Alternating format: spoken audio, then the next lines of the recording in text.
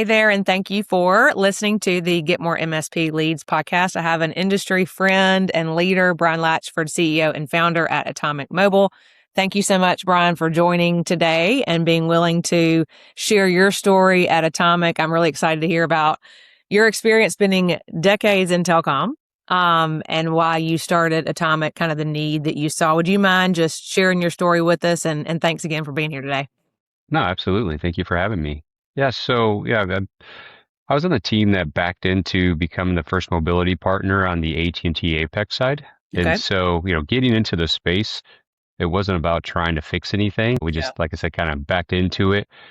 But I was fascinated by the industry right away because, I learned almost instantly that it's recession proof, which is Yep. great from a business side, right? And we've But seen, and COVID proof and all the absolutely, things. right. So no one's giving up their phone, which is great. Right. But at the same time, so many different verticals have been entering the space in the last Yeah. decade plus. And so it's been, a lot of fun learning about the different verticals and just Yeah. seeing how we can work to connect everything. Yeah. But having worked for multiple MVNEs now, Yep. we did start seeing some issues in the industry, Okay. specifically that it's very fragmented. And Mm. so we really designed Atomic Mobile just by the name itself, Atomic being a single unit of something greater. Yeah. We really set out with a mission of let's defrag the telecom industry.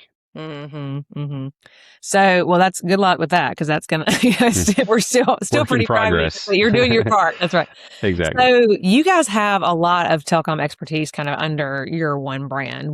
As a customer coming, to Atomic Mobile for the first time, what does that mean? Because I know you've got a lot of kind of heavy hitters on your team, Hmm. who have a lot of deep expertise. So, tell me a little bit about that. Like, what has that changed about how you guys do business? Yeah, I've been really blessed in that some of the core team behind Atomic, people that have worked together for a decade. So, being able to have that relationship is wonderful. But really just hiring industry experts, what it just allowed us to do is understand what works and what doesn't work. So, having launched over 100 MVNOs, Mm, we've kind of seen it all. Yeah. And so what we're able to do is now really kind of build some automation into what works. mhm. And make it to where the MVNO or enterprise customer, they don't really need to know how to run a telecom business. Mhm, We handle kind of all the things behind the scenes mhm. and allow them to just really focus on their audience. Yeah, I think that's huge, in that there's so many, well, like you said, the industry's fragmented, and there's Mhm. so many, founders who are, I would say, struggling to stay focused. I mean, there's so many things Yeah. coming at you, what you should sell, who you should partner with, and particularly for managed services providers who, I serve a lot of those that decide to move into services that include like connectivity, mobile, wireless, things like that. For people who, I think we would be blinded if we're going to assume that that's just something you just can pick up and sell. And I think a Mhm. lot of times that people do try to do that, they learn really quickly. You can't just, call it done. So can you just kind of, as an education piece, talk a little bit about what they would be walking into and what they may not know if they've explored this, or for whatever reason been overwhelmed by offering, that kind of piece. Talk a little bit about that. Like, what should somebody expect walking into what you Yeah. do? Yeah. So, I think the buzzword for the last 5+ years has been an MVNO and, needing to become an MVNO. And we kind of, at Atomic, even though we sell to MVNOs, we really look at it as just add some kind of mobility wireless connectivity to your existing product line, right? Mhm. So I think that's really where it becomes important for MSPs and for brands is they already have a business. They just know that adding mobility is going to cause a customer to be a little stickier. But Right. what we're actually finding out is when those brands come to us, they don't know anything about running a wireless network. And so we're like, hey, Right. you shouldn't have to know that. Right. Just Right. let us do all that work, right? You have Right. the audience. we'll work with you of just kind of making a seamless interaction or integration into what you already have. So you Yeah. don't have to worry about is something connecting to a 4G or 5G or, anything from a technical standpoint. We handle all that for you. Yeah. What are they usually most scared of when they're coming to you and they're trying to decide whether or not to offer? Because I imagine I mean, if like you're leaving business on the table for sure, but what kind of is one of their hesitations to offering it? Because to me, it does seem like a no brainer. Do you find many people who are not interested, or is that So they're out we're finding that most are interested. They just don't know where to start. to start? Yeah. And Yeah. so, everybody then goes on Google or ChatGPT and just tries to figure out how do I start it. Hmm. And thankfully, a lot of that gets redirected back to Atomic. But it's really, they know that they want it to Hmm. implement the mobility into their business. They just don't know where to kind of start. Hmm. Hmm. And because of that, they don't really know what questions to ask, which Right. unfortunately gets a little dangerous because Right. they just, they go in and just start working with the cheapest MVNE, for example, Right. and, Right. can kind of open themselves up for some liabilities there. Backfire. Yes. Yes. So, and then there, of course, there's like training the team on how to sell it and that type of thing. Which one of the things that I think about, of course, as a marketer, is like um, how when you add a new product like that, how much low hanging fruit is probably in your existing customer base, right? Exactly. Yeah. And how, I mean, does this open an MSP up to a whole new vertical? Obviously, like there's some different verticals that can explode your business Yeah. if you add this Yeah. product. So talk about that. Do you have any like stories of how it's kind of changed partners of yours that you work for, and once they started adding this product and these services to their line items? Tell me a little bit about that. Yeah, when most of our customers come to us with either a brand already in place or a niche market in mind that they have some kind of relationship with, and Hmm. we find that those are the most successful Yeah. because they are understanding their target audience, which is Yeah. extremely important. Yeah. And so within Atomic, one of the things that we kept hearing is, well, we don't want to run support. We don't know how to do billing.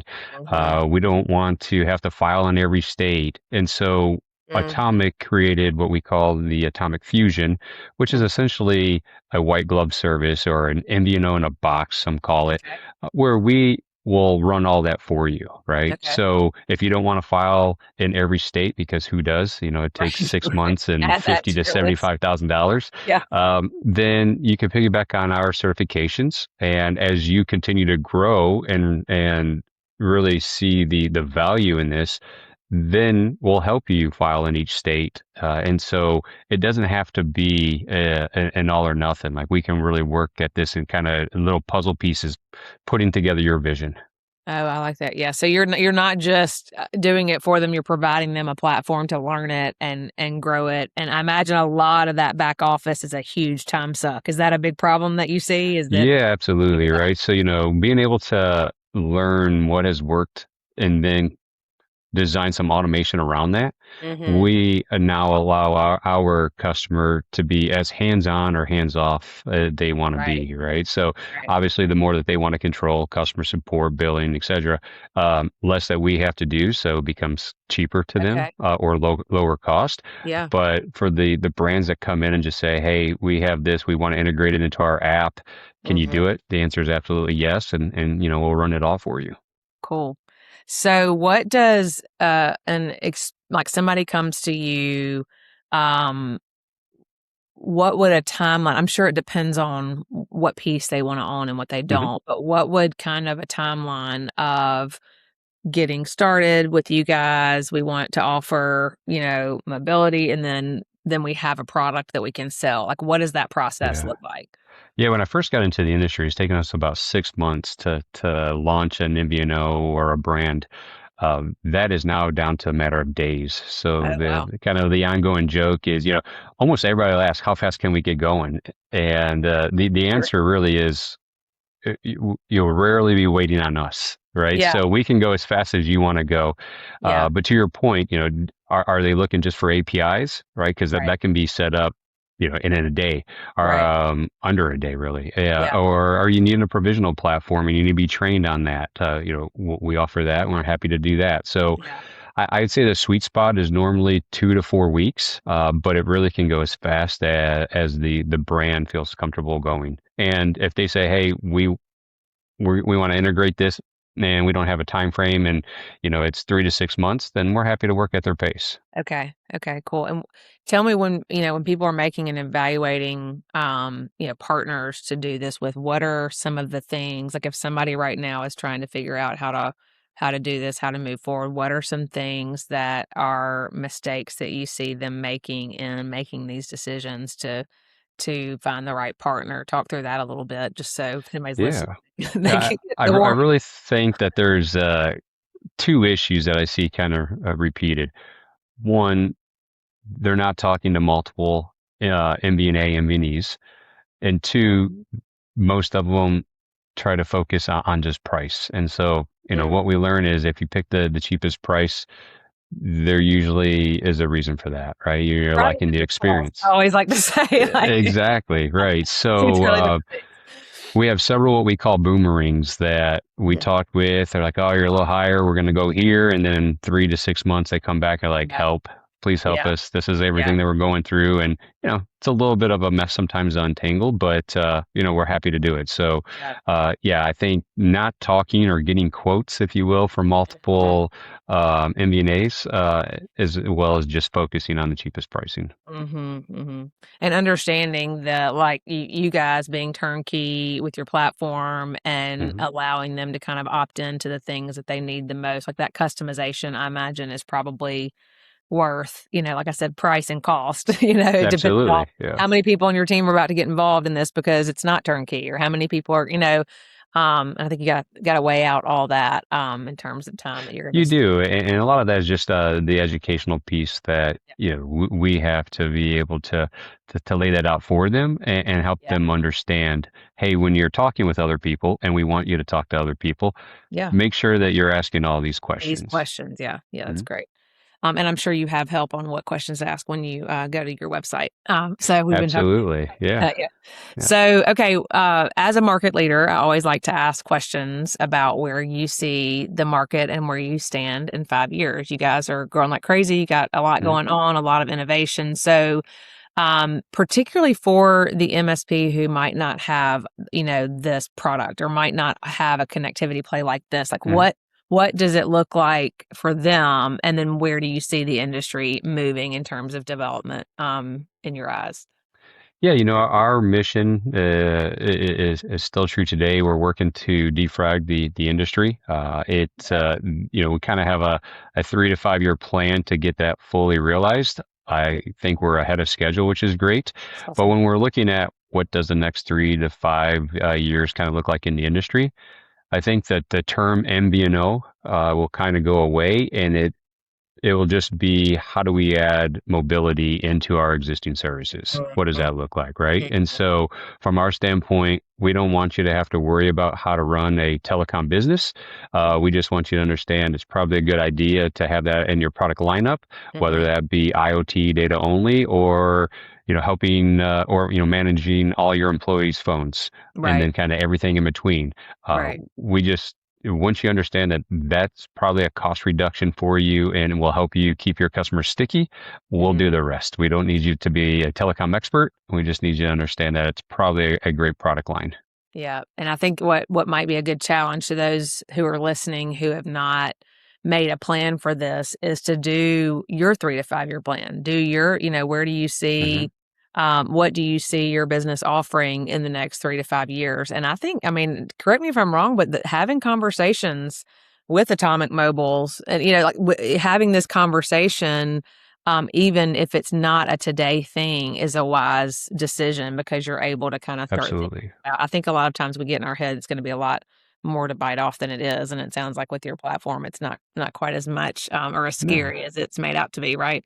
No, you're exactly correct. I mean, we're talking with large manufacturers where they're already planning, saying, all right, in our next product line, what could this look like for an Yeah, embedded solution, right? So, for some of the larger brands, this is a 6 month to 3 year plan, yeah, and happy to go through what that business plan looks like. But yeah, yeah, it's again, it goes back to rarely are you waiting on us, but right. we're happy to be part of your team to figure out the best solution, no matter how long it takes. Yeah. Yeah. Well, Brian, I'm so excited just to be able to share part of your story here on this podcast. I would love if somebody it's kind of interesting. Just as you were talking, I was thinking of myself 20 years ago. I was working for a company that was putting, cellular inside of electric meters. And so I kind Mm-hmm. of got Yep. I got fired up about that back in the day. And then now Right. see how far we've all come and, just where connectivity really is. It's not regressing. It's not, going to be any less of a need. And so any, business owner who is thinking about the progression of their business, talking to somebody like Brian specifically, I can vouch for him, knows as much as anybody in the space and can certainly point you in the right direction. So how would somebody get in touch with you if they wanted to learn more about what you are doing? I know you're very active on LinkedIn, so that's where I'd find you, but is that the best Yes. spot to find you? Some would probably argue too active on No, LinkedIn, I don't but think there's such a thing. You found a yeah. buddy in that. I'm a big fan of showing up as consistently as possible. Absolutely. No, I agree. But go into our website, atomicmobile.com, or you can email us directly at info@atomicmobile.com. Either way, you'll get a response normally Okay. same day, but, within 24 hours. And, happy to kind of talk through any questions that you might have. Awesome. And we'll make sure in the show notes of this, we'll put your LinkedIn as well as those two links so we can make sure folks can get to you. Thank Excellent. I you, appreciate Brian, it. so much. And thank you for listening to the Get More MSP Leads podcast. Anytime you need a resource to figure out how to grow your managed services provider business, this is the place to go. Brian's a great person to call. And we will see you next time.